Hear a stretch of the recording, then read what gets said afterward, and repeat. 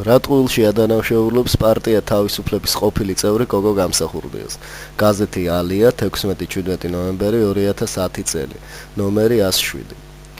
კვირის ქრონიკასა და სხვა გაზეთებში მოყვანილ ბრალდებებს, რომ გოგო გამსახურდიას პარტია ეშლება, ოფისი სამი თვე არ ფუნქციონირებს, რომ პარტიისთვის გამოყოფილ თანხებს პირადი მიზნებისთვის ხარჯავს და ასე შემდეგ, გოგო გამსახურდია ორშაბათის ვერსიისთვის მიცემული ინტერვიუთი პასუხობს და ამბობს, პარტია მუშაობს, ტარდება სხდომები ზუგდიდში, მარტვილში, ქუთაისში, რუსთავში, ფოთში, ბათუმში და ასე შემდეგ. რაც შეეხება თბილისის ოფისს, ობიექტური გარემოებების გამო მისამართი შეიცვალა. მესამე თვეა რეორგანიზაციის რეჟიმში ვართ და მიგვაჩნია, რომ ოფისი მხოლოდ აუცილებელი პარტიული საქმიანობისთვის უნდა დაკავდეს. ამიტომ იქ მოდიან და მუშაობენ მხოლოდ ის ადამიანები, ვისაც კონკრეტული საკითხების გადასაწყვეტად ოფის მენეჯერი ან პარტიის ხელმძღვანელობა იწვევს. რაც შეეხება თანხებს, ის იხარჯება როგორც თბილისის, ისე რამდენიმე რეგიონულ ოფისზე, გადაადგილებებისა და კონკრეტული დავალებების შესრულებისთვის. ინტერვიუში გოგო გამსახურდია კონკრეტულ პირებზე საუბრისგან თავს იკავებს, მათ შორის სანდრო ბრეგაძის მისი პარტიიდან წასვლაზეც. ალია კომენტარისთვის დაუკავშირდა პარტია თავისუფლების ყოფილ წევრს ლადო სადღობელაშვილს, რომელმაც პარტიიდან წამოსვლის შემდეგ გამსახურდია თანხების უმიზნოდ ხარჯვასა და პარტიის ზემოქმედობაში დაადანაშაულა. რა ოფისები მარტვილში შეიძლება არსებობდეს ოფისი და ისიც რატომ იცით? ერთადერთი პიროვნება ჩვენი პარტიიდან საკრებულოში იქ გავიდა. კიდევ ერთი ოფისი არის რუსთავში, რომელიც რუსთავის წარმომადგენლის, შემდგომ კი პარტიის აღმასრულებელი მდივნის მალღაზ გორგასლიძის სახლია.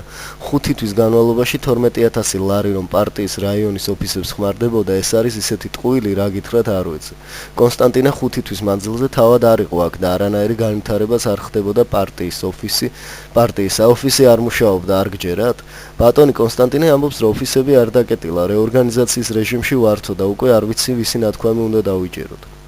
ამას წინათ იმედიდან დამიკავშირდნენ და მკითხე, სად არის ოფისიო. ვუთხარი აკრიფეთ 09 და ჩემი თუ არ გჯერათ, მათ კითხეთ, სად არის პარტია თავისუფლების ოფისი მეთქი. ჩემს თვალწინ დარეკეს და აღმოჩნდა, რომ მე ვიყავი მართალი და პარტიის ოფისი მართლაც არ ქონდა. წავიდნენ პარლამენტშიც და იქ მათმა მდივანმაც უთხრა, რომ პარტიის ოფისი არ არსებობს. კი, მაგრამ რაში უნდა აწყობდეს გამსახურდიას პარტიის გაუქმება? აბა მითხარით, რატომ ხმას არ იღებს ბატონი კონსტანტინე თავის პატიმარ ძმაზე? ეს იმის საფასურია, რომ თავად აქვს გარანტირებული ხელფასი, კარგი მანქანა, არ ადარდებს რა ხდება ირგვლივ, ცხოვრება აიწყო დაახლოებით 4 წლით. ეს არის ის მიზეზი, რომლის სანაცვლოდაც კონსტანტინემ გაყიდა თუ აჩუქა ხელისუფლებას მამამისის მიერ ანდერძის სახით გადმოცემული ეროვნული მუხტი.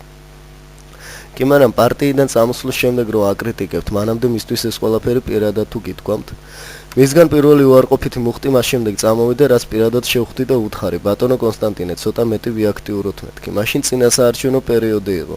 არჩევნების დამთავრების შემდეგ კიდევ ერთხელ დაველაპარაკი და რადგან პრესამსახური მებარა პარტიაში, ვთხოვე საჯაროდ გაეკეთებინა განცხადება, საწავიდა 100,000 ლარი, რომელიც ხელისუფლებამ ჩაურიცხა პარტიას. მას სასტიკი უარი განვიცხადა ამაზე და გამოფრთხილა, სხვა დროს ეს აღარ მიხსენოო. მას შემდეგ კოკოსთან არანაირი ურთიერთობა აღარ მქონია. არსაოდ ბატონი კონსტანტინე შეგხმიანებიათ? შემოთვლები იყო, ისე თუ რამის თქმა უნდა, ტელეფონი არსებობს და დამირეკოს. რა შემოგითვალათ? დამემუქრა მეთქი, ვერ ვიტყვი, მაგრამ მეუბნებოდნენ, რატომ აკეთებ ასეთ რამესო. პრინციპში შემომითვალა, რომ გავჩუმებულიყავი, წერილიც გამოაქვეყნეს რომელიღაც გაზეთში, ნუ იტყუებიო, მაგრამ მე არაფერს არ ვიტყუები, რაც ვთქვი სიმართლე ეს არის. წამოვედი პარტიიდან და მინდოდა ფარდა ამეხადა სიმართლისთვის. თუ რას წარმოადგენს სინამდვილეში ეს ადამიანი, მეტი არაფერი. ალიას გოგო გამსახურდიასთან გასაუბრებად სურდა, თბილისის და რეგიონული ოფისების მისამართები გვაინტერესებდა, თუმცა მას ტელეფონი გამართული ჰქონდა.